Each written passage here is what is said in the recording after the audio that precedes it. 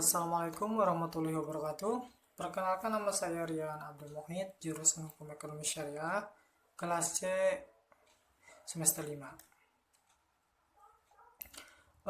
Kami dari kelompok 1 akan memaparkan terkait dengan mata kuliah hak kekayaan intelektual, yaitu dengan bahasan terkait hak cipta.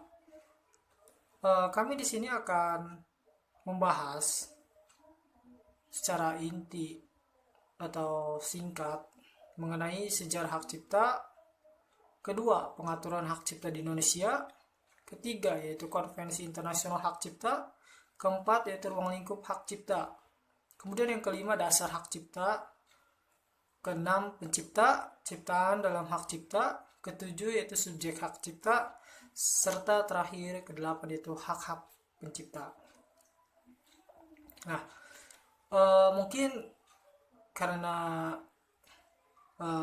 situasi dan kondisi saat ini kurang memungkinkan karena pandemi, ya mungkin kami bisa memaparkan terkait dengan bahasan kali ini melalui media audiovisual, yaitu video, yang mana hal ini merupakan presentasi virtual. Nah, untuk itu jika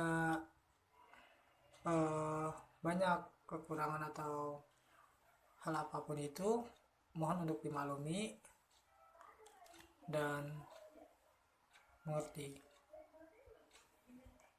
Oke, saya sebagai penyaji pertama yaitu akan menjelaskan sejarah hak cipta serta konvensi internasional hak cipta. Nah, sejarah hak cipta. Oke, langsung saja. Sejarah hak cipta di sini tentu banyak, yaitu sejarah hak cipta di dunia ataupun sejarah hak cipta di berbagai negara. Karena kebetulan kita negara Indonesia, jadi saya akan membahas sejarah hak cipta di dunia, begitu pula sejarah hak cipta di Indonesia. Nah, sejarah hak cipta di dunia ini yaitu kelahiran hak cipta itu muncul atau berawal kisaran abad ke-17, yaitu di belahan bumi Eropa, yaitu khususnya yaitu negara Inggris dan negara Perancis. Keduanya merupakan pelopor atau awal dari adanya hak cipta di dunia. Nah, kenapa hanya dua negara yang menjadi pelopor? Karena terdapat alasan-alasan yang mungkin beberapa orang sudah tahu, dan di beberapa literatur pun menyebutkan bahwa dua negara tersebut rezim sistem hukum yang berlaku sampai sekarang ini. Nah, dari kedua sistem hukum yang berbeda ya tersebut, karena sistem hukum yang berbeda itu menganut common law dan civil law di situ. Nah, itu melahirkan suatu konsep, yaitu konsep economy right serta moral right.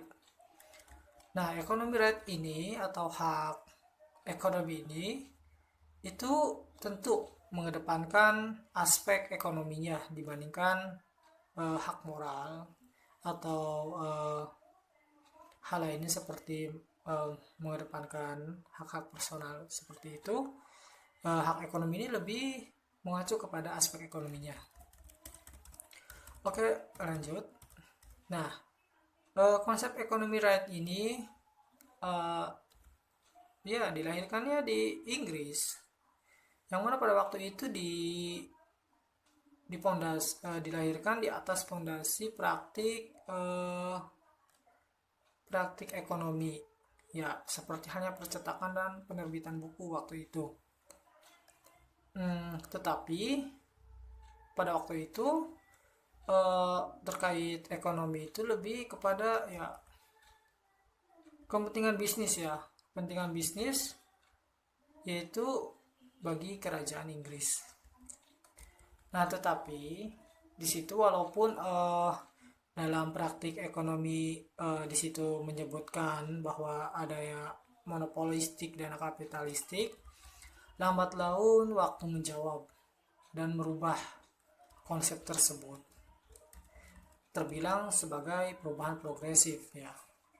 Karena yang mana tadinya mengabaikan hak personal terhadap pencipta, lambat laun adanya perubahan, yaitu pengakuan atas pencipta yang diwujudkan dalam bentuk pemberian royalti dan didasarkan atau dilandaskan pemikiran John Locke pada masa itu. Ya, kemudian kedua itu lahirnya konsep moral right atau hak moral ya. Nah, konsep ini itu berbeda sekali dengan economy right. Nah, karena economy right itu lebih condong kepada aspek ekonomi, kalau moral right ini lebih kepada aspek moral atau hak personal ya. Nah, ini temunya di Prancis. Dan ini juga berlaku pada sistem hukum civil law. Nah, ada bahasa yang khas sesuai negara Prancis tentang hak cipta, yaitu droit d'auteur. Nah, konsep ini tentu menempatkan suatu ciptaan itu kepada hasil dari intelektual manusia. Dan memang menurut saya juga ini ya ada pembenarannya juga, karena sesuatu karya atau ciptaan yang diciptakan manusia itu ada peran dari kemampuan, daya, olah pikir, terutama mungkin adanya kemampuan khusus ya seseorang atau bakat atau hal lainnya. Dan itu masuk kepada intelektual atau ya pengetahuan ya. Nah, oleh karena itu di situ dijelaskan itu tidak terlepas dari personality atau hak personalnya ya. Nah, antara pencipta dan hak ini akan melekat selamanya, walaupun ciptaan-ciptaan tersebut atau karya tersebut ini dialihkan kepemilikan kepada orang lain. Nah,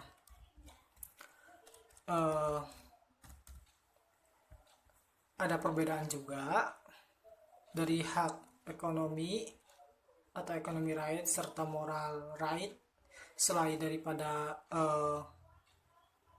tertuju kepada aspek mana. Kalau hak ekonomi kan tertuju kepada aspek ekonomi, kalau moral kan lebih kepada moral serta personal. Tetapi di sini ada tambahan di sisi lain itu, yaitu dari moral right ini lebih kepada self identity, yaitu identitas identitas diri yang terpancar kemana, yaitu karya atau ciptaannya. Nah, di situ tujuannya. Nah, terus persamaan atau perbedaannya itu apa? Kalau perbedaan itu mungkin tadi sudah dijelaskan ya. Nah, kalau persamaannya ya mungkin menurut saya persamaannya ini bahwa lambat laun seiringnya berjalan waktu keduanya ini sadar bahwa hak cipta itu perlu untuk dilindungi, karena mengingat bahwa suatu karya atau seni itu diciptakan oleh manusia, itu hasil daripada daya atau kemampuan yang dimiliki manusia ya, terutama seperti halnya karya seni, musik dan lain sebagainya, itu perlu pemikiran matang dan kemampuan khusus, karena tidak semua orang itu dapat menciptakan suatu karya atau sastra atau seni musik lainnya. Nah, begitu mungkin kira-kira seperti itu.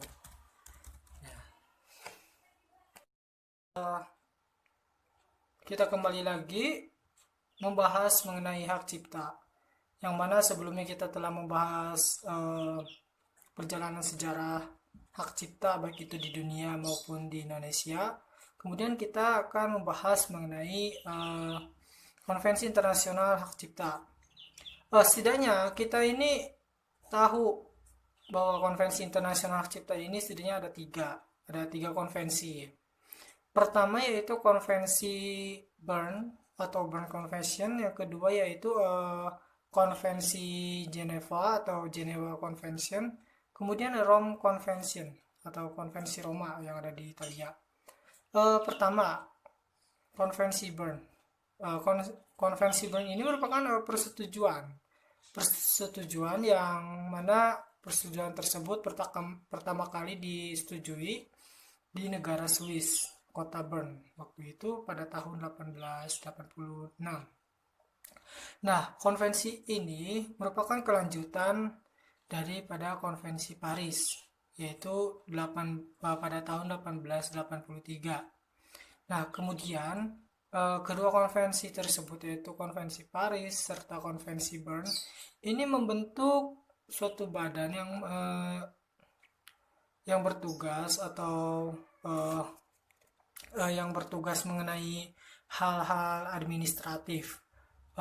Kemudian keduanya itu membentuk suatu organisasi dengan nama BIRPI. BIRPI ini adalah Biro Internasional untuk Bersatu Perlindungan Kekayaan Intelektual.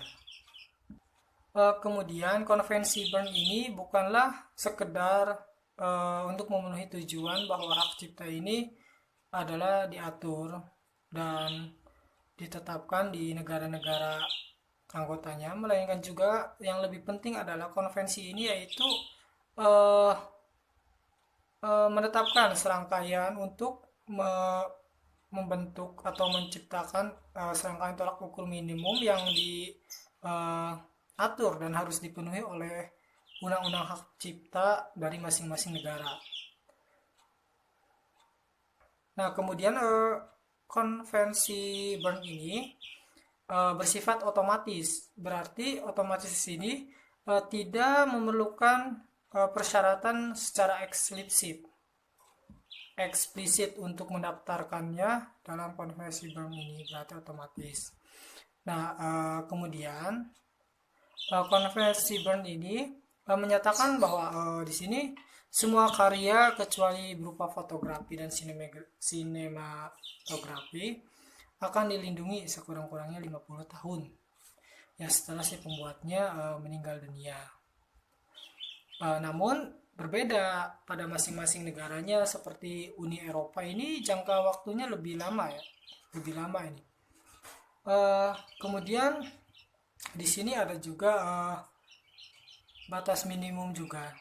Dalam konvensi Bern ini menetapkan batas minimum perlindungan selama 25 tahun untuk foto yang dibuat, dan untuk sinematografi itu minimumnya yaitu 50 tahun. 50 tahun setelah penunjukan pertamanya, atau 50 tahun setelah pembuatannya film tersebut dibuat atau tidak dipertunjukkan. Oke, kemudian dalam konvensi Bern ini terdapat prinsip diantaranya itu terdapat 3 prinsip ya. Nah, prinsip-prinsip tersebut, yang pertama yaitu prinsip national treatment, yang kedua yaitu prinsip automatic protection, yang ketiga yaitu prinsip independence of protection. Nah, dalam konvensi Bern, ketiga prinsip tersebut merupakan salah satu hal yang memang perlu untuk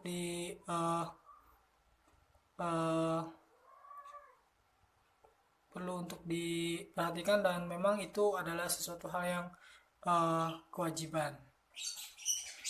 Nah, apalagi di situ prinsip ini menerapkan dalam perundang-undangan nasional ya, dalam konvensi Bern tersebut. Nah, prinsip pertama treatment national treatment ya, maksudnya di situ bahwa ciptaannya itu harus berasal dari salah satu negara peserta, yaitu ciptaan dari salah satu negara peserta. Maksudnya di sini yaitu ciptaan dari negara yang mana mengikuti atau sebagai anggota persetujuan konvensi tersebut. Dan kemudian ciptaan tersebut itu mendapatkan perlindungan hukum. Perlindungan hukum apa? Yaitu perlindungan hukum hak cipta. Nah, di sini perlindungan hukum hak cipta ini adalah sama seperti halnya ciptaan seorang pencipta dari warga negara asalnya sendiri. Kemudian yaitu prinsip automatic protection ya. Di sini prinsip di sini maksudnya itu hak cipta ini mendapatkan perlindungan hukum secara langsung ya. Berarti tidak eh, serta-merta ada persyaratan, syarat-syarat supaya hak cipta tersebut dilindungi, tetapi di sini prinsipnya yaitu langsung atau bisa dikatakan otomatis. Kemudian ketiga yaitu prinsip independence of protection. Di sini independence of protection di sini yaitu ya bentuk perlindungan hukum terhadap hak cipta ini tidak bergantung kepada aturan atau peraturan perlindungan hukum dari negara asal pencipta. Negara asal pencipta di sini saya kira adalah negara yang memang dalam hal ikut persetujuan dalam hal konvensi Bern. Kemungkinan seperti itu. Nah, kemudian di sini juga ada objek hak pencipta ya. Dalam konvensi ini adalah karya-karya seni dan sastra yang meliputi berbagai hal di bidang sastra ya, dan karya sastra seperti karya sastra ilmiah, terus kesenian dan lain sebagainya. Oke. Nah, kemudian tadi kita membahas konvensi Bern. Yang kedua yaitu konvensi Rome atau Rome Convention yang ada di Italia yaitu Roma. Nah, konvensi Bern di sini yaitu diperkarsai oleh Eropa, bukan Eropa tapi Bern Union. Bern Union dalam rangka yaitu ya untuk lebih memajukan perlindungan hukum hak cipta. Dan di sini ya maksud dari perlindungan hukum hak cipta di sini ya tentunya yaitu untuk seluruh dunia ya, bukan hanya semata negara yang dimaksud. Nah, tujuan-tujuan hak cipta, tujuan dari konvensi ini selain perlindungan hak cipta, ini terdapat juga perlindungan hukum terhadap 3 kelompok ya. Pertama itu kelompok artis-artis pelaku. Di sini artis pelaku itu seperti apa? Yaitu seperti musisi, aktor, aktris, penari dan lain-lain. Ini lebih kepada subjeknya yang sebagai pemeran atau sebagai sekaligus pencipta. Nah, terus kemudian yang kedua itu prosedur rekaman. Kalau prosedur rekaman ini mungkin ini bisa dikatakan sebagai hal-hal yang berbau rekaman seperti halnya film, terus video, sinetron dan lain sebagainya. Masih banyak sih yang berbau-bau rekaman seperti itu. Kemudian yaitu lembaga-lembaga penyiaran. Nah, lembaga-lembaga penyiaran ini dimaksudkannya yaitu lembaga yang mana berperan sebagai menyiarkan seperti menyiarkan perfilman, menyiarkan permusikan, yang mana lembaga penyiaran ini memiliki hak cipta juga. Di situ terdapat hak ciptanya. Nah, mungkin yang saya bisa paparkan mengenai konvensi Rome ini seperti itu. Kemudian ada juga UCC atau Universal Copyright Convention. Di sini sama halnya konvensi Jenewa atau Geneva, karena Universal Copyright Convention ini ditandatangani dan disetujui di kota Jenewa, yaitu di Eropa, Swiss. Sama seperti halnya konvensi Bern, cuma Bern ini berbeda kota.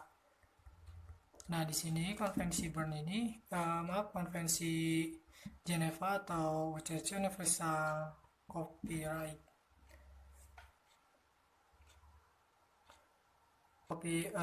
UCC ini yaitu Universal Copyright Convention ya. ini bertujuannya yaitu untuk memberikan perlindungan hukum hak cipta. Nah, bagi negara-negara yang terlibat maupun tidak terlibat dalam konvensi Bern. Karena dalam konvensi Bern ini tidak semua negara ikut. Ada beberapa yang ikut dan ada juga yang tidak. Salah satu negara yang ikutnya yaitu negara kita, negara Indonesia, yang mengikuti konvensi Bern ini. Oke. Jadi kemungkinan seperti itu, kurang lebihnya mohon maaf. Dan mungkin saya bisa menyimpulkan dari ketiga konvensi internasional mengenai hak cipta ini, yaitu di mana konvensi atau persetujuan ini sangat-sangatlah maju. Waktu demi waktu itu maju, mengalami kemajuan ya, dari bidang hal hukum dan aturan yang bertujuan untuk melindungi hak cipta dari segala bidang seperti halnya sastra, seni, dan lain sebagainya. Nah, kemudian selain itu juga dalam konvensi internasional ini juga selain lebih memajukan perlindungan hukum hak cipta juga, tetapi melihat kepada negara-negara lain juga, bahwa negara-negara lain yang mana tidak mengikuti konvensi Bern juga ini berhak atas perlindungan hukum hak ciptanya. Oleh karena itu untuk saat ini mungkin kurang lebihnya mohon maaf. Wassalamualaikum warahmatullahi wabarakatuh.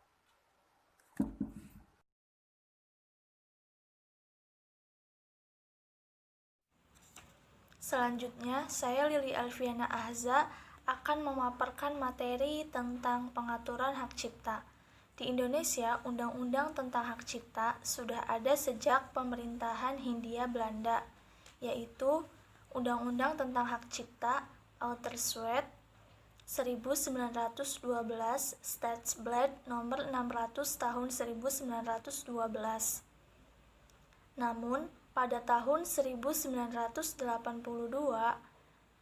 pemerintah Indonesia mencabut pengaturan tentang hak cipta berdasarkan Utrecht 1912 Staatsblad nomor 600 tahun 1912 dan menetapkan Undang-Undang nomor 6 tahun 1982 tentang hak cipta, yang merupakan undang-undang hak cipta pertama di Indonesia. Setelah itu dilakukan beberapa kali perubahan, yaitu perubahan pertama menjadi Undang-Undang nomor 7 tahun 1987.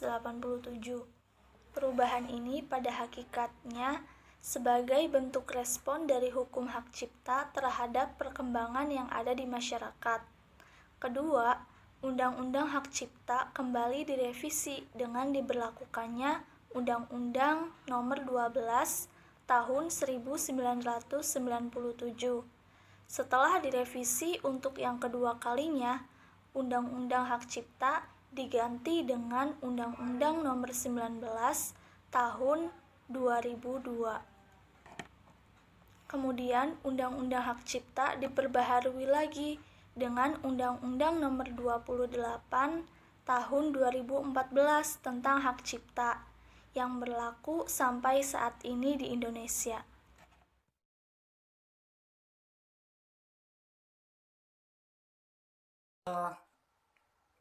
Kita kembali lagi membahas mengenai hak cipta, yang mana sebelumnya kita telah membahas perjalanan sejarah hak cipta baik itu di dunia maupun di Indonesia. Kemudian kita akan membahas mengenai konvensi internasional hak cipta. Setidaknya kita ini tahu bahwa konvensi internasional hak cipta ini setidaknya ada tiga konvensi. Pertama yaitu konvensi Bern atau Bern Convention, yang kedua yaitu konvensi Geneva atau Geneva Convention, kemudian Rome Convention atau konvensi Roma yang ada di Italia. Pertama, konvensi Bern. Konvensi Bern ini merupakan persetujuan yang mana persetujuan tersebut pertama kali disetujui di negara Swiss, kota Bern, waktu itu pada tahun 1886. Nah, konvensi ini merupakan kelanjutan daripada konvensi Paris, yaitu pada tahun 1883. Nah, kemudian kedua konvensi tersebut, yaitu konvensi Paris serta konvensi Bern, ini membentuk suatu badan yang bertugas atau yang bertugas mengenai hal-hal administratif. Kemudian keduanya itu membentuk suatu organisasi dengan nama BIRPI. BIRPI ini adalah Biro Internasional untuk Bersatu Perlindungan Kekayaan Intelektual. Kemudian konvensi Bern ini bukanlah sekedar untuk memenuhi tujuan bahwa hak cipta ini adalah diatur dan ditetapkan di negara-negara anggotanya, melainkan juga yang lebih penting adalah konvensi ini yaitu menetapkan serangkaian untuk membentuk atau menciptakan serangkaian tolak ukur minimum yang diatur dan harus dipenuhi oleh undang-undang hak cipta dari masing-masing negara. Nah, kemudian konvensi Bern ini bersifat otomatis, berarti otomatis di sini tidak memerlukan persyaratan secara eksplisit untuk mendaftarkannya dalam konvensi Bern ini, berarti otomatis. Nah, kemudian konvensi Bern ini menyatakan bahwa di sini semua karya kecuali berupa fotografi dan sinematografi akan dilindungi sekurang-kurangnya 50 tahun ya setelah si pembuatnya meninggal dunia. Namun berbeda pada masing-masing negaranya, seperti Uni Eropa ini jangka waktunya lebih lama ya, lebih lama ini. Kemudian di sini ada juga batas minimum juga. Dalam konvensi Bern ini menetapkan batas minimum perlindungan selama 25 tahun untuk foto yang dibuat, dan untuk sinematografi itu minimumnya yaitu 50 tahun. 50 tahun setelah penunjukan pertamanya, atau 50 tahun setelah pembuatannya film tersebut dibuat atau tidak dipertunjukkan. Oke, kemudian dalam konvensi Bern ini terdapat prinsip diantaranya itu terdapat 3 prinsip ya. Nah, prinsip-prinsip tersebut, yang pertama yaitu prinsip national treatment, yang kedua yaitu prinsip automatic protection, yang ketiga yaitu prinsip independence of protection. Nah, dalam konvensi Bern, ketiga prinsip tersebut merupakan salah satu hal yang memang perlu untuk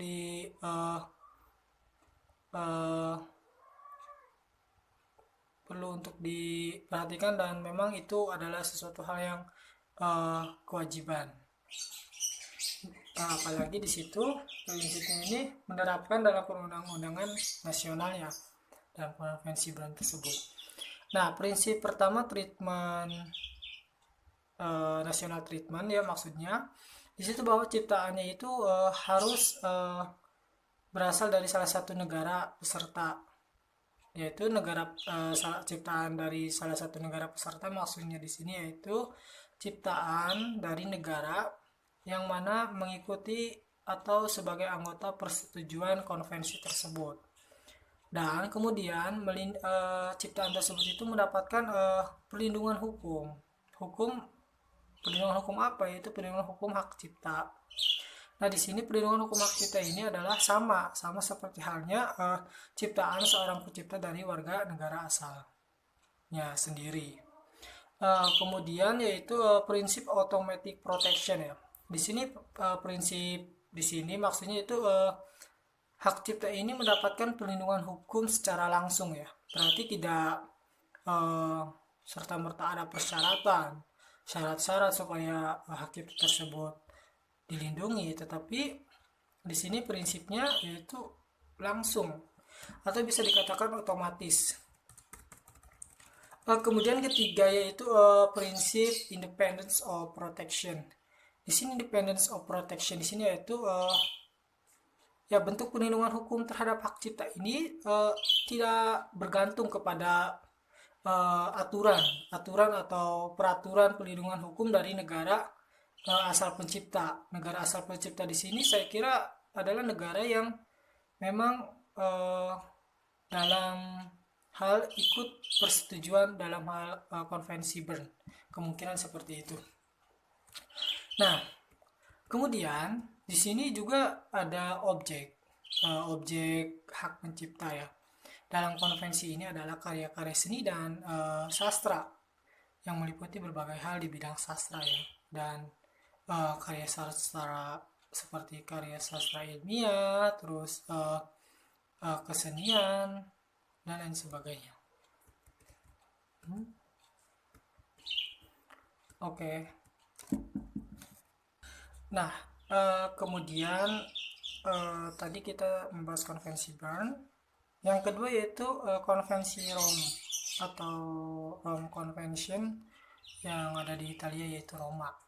Nah, konvensi Bern di sini yaitu diperkarsai oleh Eropa, bukan Eropa tapi Bern Union.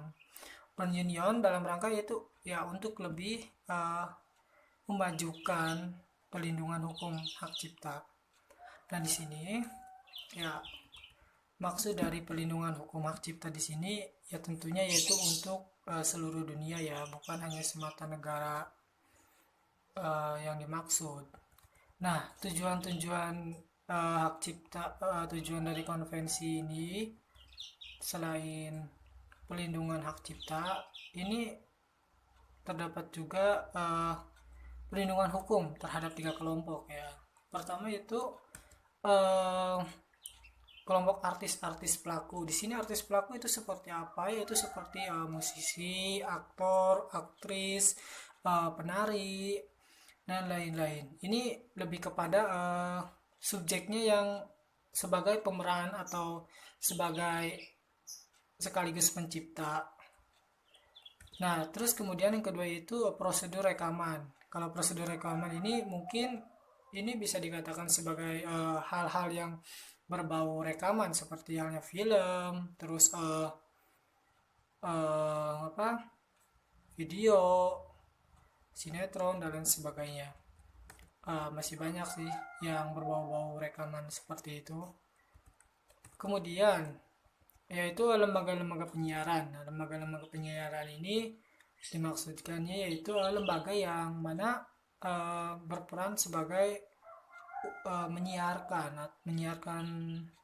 seperti menyiarkan perfilman, menyiarkan permusikan, yang mana lembaga penyiaran ini memiliki hak cipta juga. Di situ terdapat hak ciptanya. Nah, mungkin yang saya bisa paparkan mengenai konvensi Rome ini seperti itu. Kemudian ada juga UCC atau Universal Copyright Convention. Di sini sama halnya konvensi Jenewa atau Geneva, karena Universal Copyright Convention ini ditandatangani dan disetujui di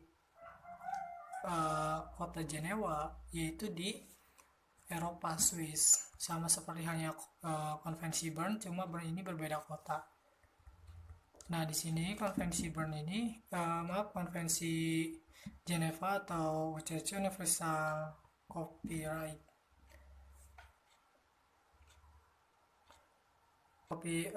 UCC ini yaitu Universal Copyright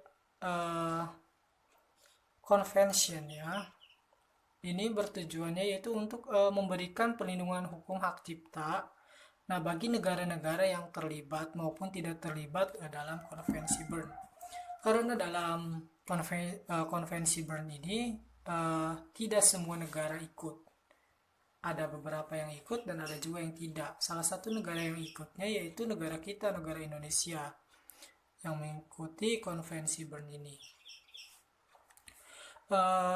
Oke. Jadi kemungkinan seperti itu, kurang lebihnya mohon maaf. Dan mungkin saya bisa menyimpulkan dari ketiga konvensi internasional mengenai hak cipta ini, yaitu di mana konvensi atau persetujuan ini sangat-sangatlah maju. Waktu demi waktu itu maju, mengalami kemajuan ya, dari bidang hal hukum dan aturan yang bertujuan untuk melindungi hak cipta dari segala bidang, seperti halnya sastra, seni, dan lain sebagainya. Nah, kemudian selain itu juga dalam konvensi internasional ini juga selain lebih memajukan perlindungan hukum hak cipta juga, tetapi melihat kepada negara-negara lain juga, bahwa negara-negara lain yang mana tidak mengikuti konvensi Bern juga ini berhak atas perlindungan hukum hak ciptanya. Oleh karena itu untuk saat ini mungkin kurang lebihnya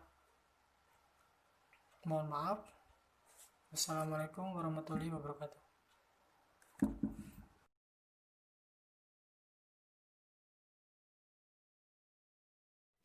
Assalamualaikum warahmatullahi wabarakatuh. Saya Fitri Amalia sebagai pemateri ketiga yang akan membahas terkait ruang lingkup dan dasar hukum hak cipta. Baik, langsung saja ke pembahasan pertama terkait ruang lingkup hak cipta. Nah, sebelum masuk ke ruang lingkup hak cipta, saya akan sedikit memberi gambaran umum terkait hak cipta itu sendiri. Jadi, hak cipta itu sendiri adalah suatu perlindungan hukum atas sebuah ciptaan atau karya yang merupakan hasil dari wujud ekspresi ide. Nah, ide dasar di dalam sistem hak cipta ini bertujuan untuk melindungi wujud hasil karya manusia yang lahir karena kemampuan intelektualnya. Namun, perlindungan hukum dan kepastian hukum hak cipta ini hanya berlaku terhadap suatu karya yang berwujud. Walaupun bisa saja suatu karya tersebut merupakan inspirasi dari karya orang lain, namun karya yang diciptakan itu bukan dari hasil meniru gitu. Hasil karya yang diciptakan itu baru dan belum pernah ada sebelumnya, belum mendapatkan pengakuan hukum sebelumnya. Sedangkan elemen fiksasi maksudnya adalah sebuah karya yang diciptakan atau dilindungi, seperti yang tadi sudah saya singgung sebelumnya, yaitu sebuah karya yang berwujud nyata. Sebetulnya di dalam Undang-Undang Hak Cipta itu sendiri telah dinyatakan terkait dengan ruang lingkup hak cipta. Di sana menyatakan bahwasannya ciptaan yang dilindungi itu adalah ciptaan dalam bidang ilmu pengetahuan, seni, dan sastra. Hal ini dinyatakan di dalam pasal 40 ayat 1 Undang-Undang nomor 28 tahun 2014 tentang hak cipta. Agar mudah dipahami, saya akan menyebutkan ciri-ciri dari hak cipta itu sendiri. Yang pertama adalah hak cipta itu dianggap sebagai benda bergerak gitu. Yang kedua, hak cipta ini dapat dialihkan baik sebagian maupun seluruhnya gitu. Dalam artian dapat diwariskan kepada pewaris gitu, diwasiatkan gitu di dalam suatu perjanjian tertulis gitu. Dan yang ketiga, adanya hak yang dimiliki oleh pencipta gitu. Menurut pasal 40 ayat 1 huruf A sampai S Undang-Undang nomor 28 tahun 2014, di sana dinyatakan bahwa suatu Ciptaan yang dilindungi itu adalah ciptaan yang terdiri atas buku, terus ceramah atau pidato, terus alat peraga juga bisa, karya seni musik berupa lagu, terus tari-tarian gitu, drama, sinematografi, film atau fotografi, terus karya seni rupa berupa lukisan atau kaligrafi juga masuk, terus batik, ada peta juga masuk, terus karya seni terapan juga masuk, program komputer, dan lain sebagainya. Kurang lebih ada 19 macam yang disebutkan di dalam Undang-Undang Nomor 28 Tahun 2014 tentang hak cipta. Selanjutnya kita beralih pada dasar hukum hak cipta. Dasar hukum hak cipta ini memiliki beberapa bentuk. Berarti ada 4 bentuk ya di dalam dasar hukum hak cipta ini. Nah, bentuk yang pertama yaitu dalam bentuk undang-undang hak cipta Republik Indonesia gitu. Kurang lebih undang-undang hak cipta ini telah mengalami 5 kali perubahan gitu di dalam perjalanannya gitu. Yang pertama itu ada Undang-Undang Nomor 6 Tahun 1982, kemudian berubah menjadi Undang-Undang Nomor 7 Tahun 1987, kemudian berubah menjadi Undang-Undang Nomor 12 Tahun 1997, dan mengalami perubahan lagi menjadi Undang-Undang Nomor 19 Tahun 2002, dan yang terakhir hingga saat ini masih berlaku adalah Undang-Undang Nomor 28 Tahun 2014 tentang hak cipta. Kemudian dalam bentuk peraturan pemerintah, kurang lebih ada 5 peraturan pemerintah yang mengatur tentang hak cipta. Yang pertama ada peraturan pemerintah nomor 6 tahun 2020, dan ini yang terbaru, yaitu tentang pencatatan ciptaan dan produk hak terkait. Yang kedua ada peraturan pemerintah nomor 7 tahun 1989 tentang perubahan atas peraturan pemerintah nomor 14 tahun 1986 tentang Dewan Hak Cipta yang ditetapkan tahun 1989. Yang ketiga ada peraturan pemerintah nomor 1 tahun 1989 tentang penerjemahan atau perbanyakan ciptaan gitu untuk kepentingan pendidikan, ilmu pengetahuan, penelitian, dan pengembangan. Yang keempat ada peraturan pemerintah nomor 14 tahun 1986 tentang Dewan Hak Cipta yang ditetapkan pada tahun 1986. Kemudian yang terakhir ada peraturan pemerintah nomor 28 tahun 2019 tentang jenis dan tarif atas penerimaan negara bukan pajak yang berlaku pada Kementerian Hukum dan Hak Asasi Manusia. Selanjutnya ada peraturan Kementerian Hukum dan Hak Asasi Manusia. Yang pertama itu adalah peraturan bersama nomor 14 dan 26 tahun 2015 tentang penutupan konten atau hak akses pengguna pelanggaran hak cipta atau hak yang terkait dalam sistem elektronik. Ada peraturan Menteri nomor 36 tahun 2018 tentang tata cara permohonan dan penerbitan izin operasional serta evaluasi lembaga manajemen kolektif. Selanjutnya ada dalam bentuk keputusan presiden. Yang pertama itu keputusan presiden nomor 74 tahun 2004 tentang pengesahan WIPO atau Traktat WIPO. Yang keduanya itu mengenai Traktat WIPO dalam pertunjukan dan perekaman suara. Baik, saya kira cukup pemaparan materi ini dari saya. Saya ucapkan terima kasih dan mohon maaf apabila masih terdapat kekurangan atau kekeliruan baik dalam segi penyampaian maupun substansi isi materi. Pemaparan selanjutnya akan dibahas oleh rekan saya. Saya akhiri. Wassalamualaikum warahmatullahi wabarakatuh.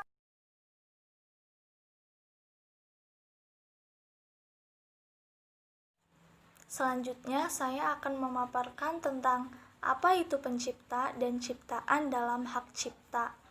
Pertama, pencipta adalah seseorang atau beberapa orang yang secara sendiri-sendiri atau bersama-sama menghasilkan suatu ciptaan yang bersifat khas atau pribadi.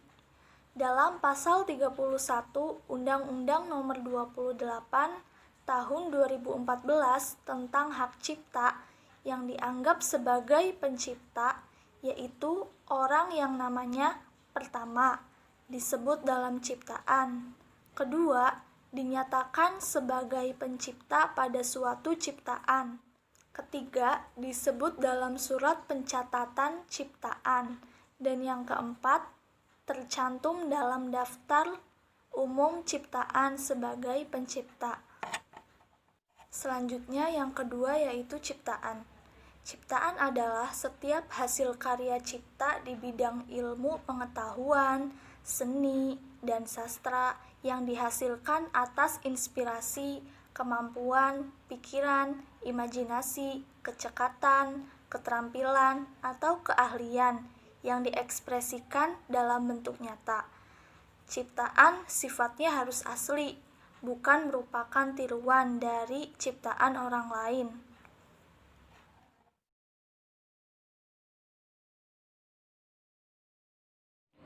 Selanjutnya, saya akan menjelaskan mengenai subjek hak cipta. Subjek merupakan pelaku, jadi dalam hak cipta terdapat dua subjek. Yang pertama pencipta dan yang kedua pemegang hak cipta.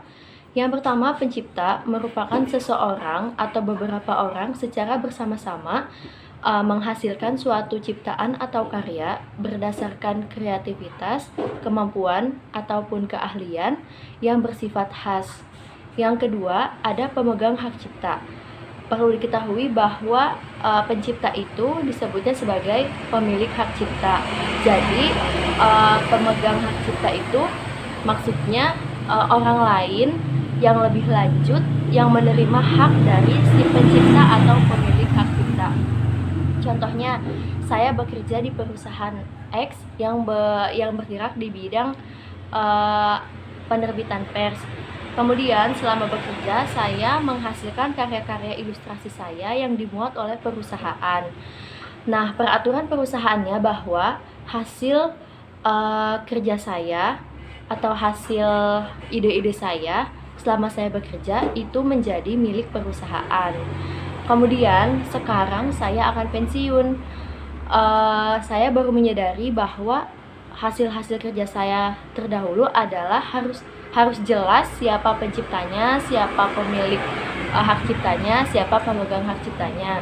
Maka dari itu, untuk mengatasi hal tersebut, ketika saya sudah keluar dari tempat kerja saya, perusahaan tempat kerja saya tadi dapat menjadi pemegang hak cipta apabila saya memberikan hak atas ide-ide saya kepada perusahaan tersebut, sehingga perusahaan tersebut dapat disebut sebagai pemegang hak cipta, tapi tetap melalui perjanjian tertulis sesuai dengan peraturan dalam pasal 16 ayat 2 huruf E Undang-Undang Hak Cipta.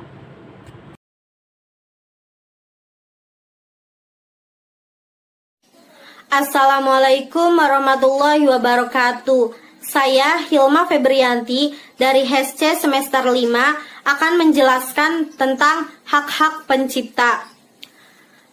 Menurut Undang-Undang Hak Cipta, hak yang dimiliki pencipta dan pemegang hak cipta dibagi menjadi dua, yaitu hak moral dan hak ekonomi. Yang pertama ada hak moral. Hak moral adalah hak yang melekat pada diri pencipta, yaitu hak untuk selalu dicantumkan nama pencipta dalam setiap ciptaannya, dan hak atas keutuhan ciptaannya. Tidak dapat dihilangkan atau dihapus tanpa alasan apapun, walaupun hak cipta ataupun hak terkait telah dialihkan. Hak moral diatur dalam pasal 5 ayat 1 Undang-Undang Hak Cipta.